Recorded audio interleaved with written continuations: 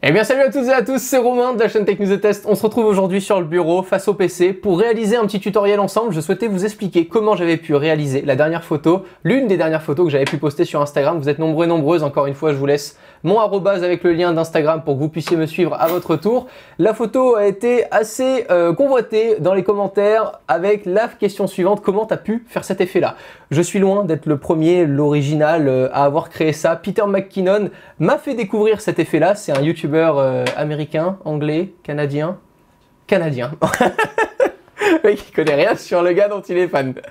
Lui aussi disait qu'il y avait beaucoup d'artistes qui avaient pu créer cet effet-là. C'est l'effet parallaxe, le fait d'avoir deux sujets complètement distincts dans la même image qui bougent légèrement pour donner un petit effet d'axe 3D. C'est assez sympa. Pour ce faire, rendez-vous dans le dossier image avec votre image fétiche. Vous allez voir en suivant le dossier que le plus agréable pour pouvoir retoucher une photo comme ça, c'est d'avoir un fond qui se détache assez bien de son sujet principal. Vous allez comprendre tout au long. On sélectionne notre photo, on l'importe directement dans Photoshop comme suit, convertir les couleurs du document de l'espace de travail. On se retrouve ainsi avec notre photo. J'ai pour habitude de vouloir débloquer mon calque juste en bas à droite, puisqu'en bas à droite on a les calques du coup, juste en haut à droite on a les couleurs, les nuanciers, et à gauche toutes les actions ainsi que le panel. Si jamais vous n'avez jamais utilisé Photoshop, référencez-vous plutôt à une vidéo débutant avant de débuter sur celle-ci. J'en ai fait une il y a très longtemps, je la laisse quand même en description, même si je pense que ça commence à devenir un peu dépassé.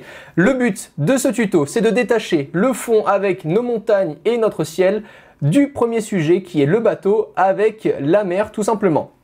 Pour ce faire, j'accède à mon panel là juste à gauche avec l'outil plume comme ceci, et le but ça va être de venir détourer tout doucement voilà notre sujet. Donc imaginons, je vous montre, hein, je clique tout simplement gauche et une fois que c'est terminé, je fais comme ceci, clic droit, définir une sélection, un pixel, ok. Voilà, ça c'est le but, c'est ce qu'on va faire sur notre sujet. On peut faire hop comme ceci, supprimer ce tracé là, et on va venir le faire proprement.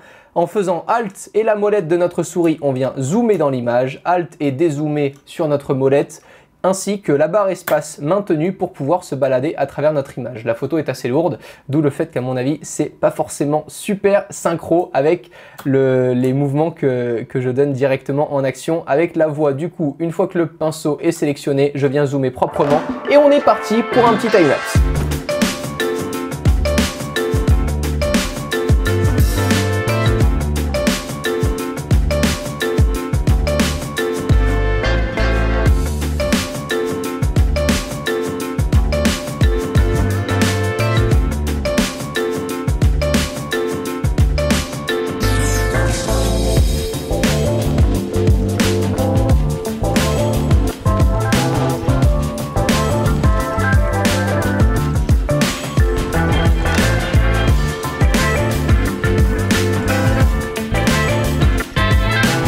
Et nous voici avec notre tracé. Une fois qu'on a fait du coup clic droit, définir une sélection, un pixel, ok, on se retrouve avec ceci. Le but, comme j'ai déjà pu le faire, c'est de copier tout simplement. Là, vous avez votre premier calque, copier et le coller dans le second.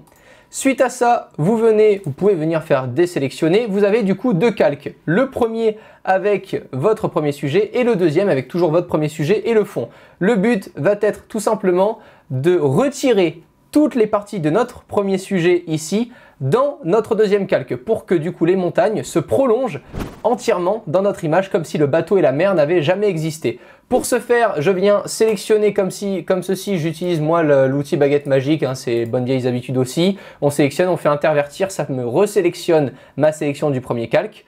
À ce moment-là, je viens sélectionner mon deuxième calque comme ceci. Je viens dans édition tout simplement, remplir ici, et à ce moment-là, je fais contenu pris en compte, et là, la magie de Photoshop opère. Il va tout simplement prendre en compte tout le reste de notre image pour regarder. Une fois que j'enlève tout simplement mon premier calque juste ici, c'est incroyable. On a l'impression vraiment que les montagnes ont fait disparaître mon bateau et la mer. Ça pourrait carrément être de loin une photo basique comme si les montagnes avaient tout le temps été là et que la mer n'avait jamais existé. Pour éviter qu'on voit, comme on peut le voir là, les quelques délimitations ici, on vient sélectionner outil correcteur localisé. On peut se déplacer un peu dans l'image et là on vient toucher comme ceci, ça fait comme un petit pansement et ça vient reconstituer les petites parties de notre image pour éviter qu'on puisse voir une quelconque ligne un quelconque effet qu'on a appliqué. Je vous avoue qu'après, dans la façon dont on va traiter notre photo, pas besoin que ce soit ultra réaliste, comme si on n'allait pas remettre de sujet par-dessus. Une fois chose faite, j'ai mon image, je peux revenir sélectionner mon premier calque ici, et à présent, rendez-vous dans la partie fenêtre, montage comme ceci. Là, le montage s'ouvre, la timeline montage se crée automatiquement une fois qu'on a cliqué sur créer un montage vidéo. Le but va être de faire bouger notre image numéro 1, notre calque numéro 1 avec notre calque numéro 2 pour donner un effet un peu 3D lorsque les deux images vont bouger légèrement. Je viens cliquer sur la petite flèche juste à côté de calque 1 ainsi que calque 0 pour voir différentes options apparaître. À ce moment-là, je viens sur la petite flèche à droite de ma timeline, comme ceci, et je sélectionne dans Mouvement, je sélectionne Panoramique et Zoom, comme ceci. Là, notre timeline est toute bonne. On vient remettre notre image à sa taille initiale, comme ceci. Pas du tout comme ceci, je viens dézoomer, on va le faire proprement. Quand je suis sur un des bords de mon calque, je peux venir faire Alt, Maj pour venir dézoomer, et on va la mettre à la bonne hauteur, comme au départ. Donc je viens redimensionner mon premier calque comme si c'était l'image de départ. On est à peu près bon. Je viens la remettre vers le bas en la centrant légèrement et on est tout bon. Voilà, comme ceci. Pour éviter d'avoir des petites bordures qui puissent apparaître, je l'étire vraiment très légèrement. Entrée, on fait la même chose avec notre calque numéro 2, la petite flèche, mouvement, panoramique et zoom.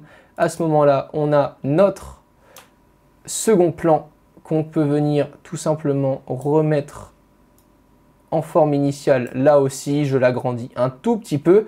Et à ce moment-là, on a notre point A qui est défini, puisque le but, c'est qu'entre le point A et le point B, vous voyez, ça bouge tout à fait, on peut le dire, hein, c'est dégueulasse. Le but, c'est que ça bouge en étant super réaliste, comme si les deux plans se chevauchaient légèrement. Donc pour ce faire, je viens encore une fois remettre comme ceci mon plan initial et je souhaite l'agrandir légèrement, vous pouvez le voir, et je viens le baisser avec la flèche directionnelle légèrement aussi. Et on peut voir que le mouvement peut s'appliquer, on fait entrer et le mouvement peut s'appliquer comme ceci. On fait pareil pour notre fond.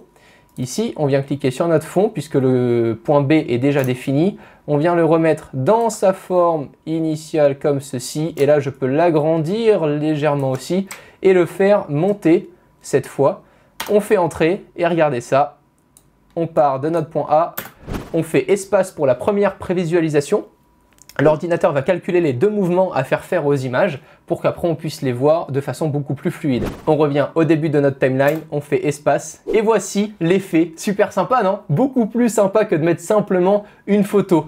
Bon, ne me demandez pas de faire cet effet-là à chaque illustration dans nos vidéos, hein, parce qu'on perdrait un petit peu patience tout de même.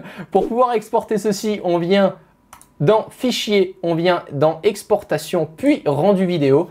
À ce moment-là, on peut sélectionner ben voilà, le dossier image dans lequel il était. On peut faire Test 1 comme ceci, en H264. De mon côté, l'image est carrée, 1500 pixels par 1500. On est tout bon, on peut faire rendu. Et là, on n'a plus qu'à attendre à exporter notre photo dans notre téléphone. Et rendez-vous sur Instagram du coup pour voir vos résultats. Je trouve ça juste super sympa. Regardez le résultat actuellement que ça peut donner. De mon côté, je pense que c'est beaucoup plus chouette que de faire juste apparaître une image de façon basique dans une vidéo. Donc si vous avez la patience, n'hésitez pas à la prendre un petit peu. On se retrouve sur Twitter et Instagram pour que je puisse voir du coup les résultats. N'hésitez pas à essayer et à me les envoyer. Ça pourrait être super cool de voir ça ensemble. Encore une fois, thanks to Peter McKinnon for the tutorial. Voilà, si jamais il a entendu juste cette partie de la vidéo, je serais plus que ravi. D'ici là et d'ici les prochaines vidéos, prenez soin de vous, éclatez-vous bien. Ciao tout le monde.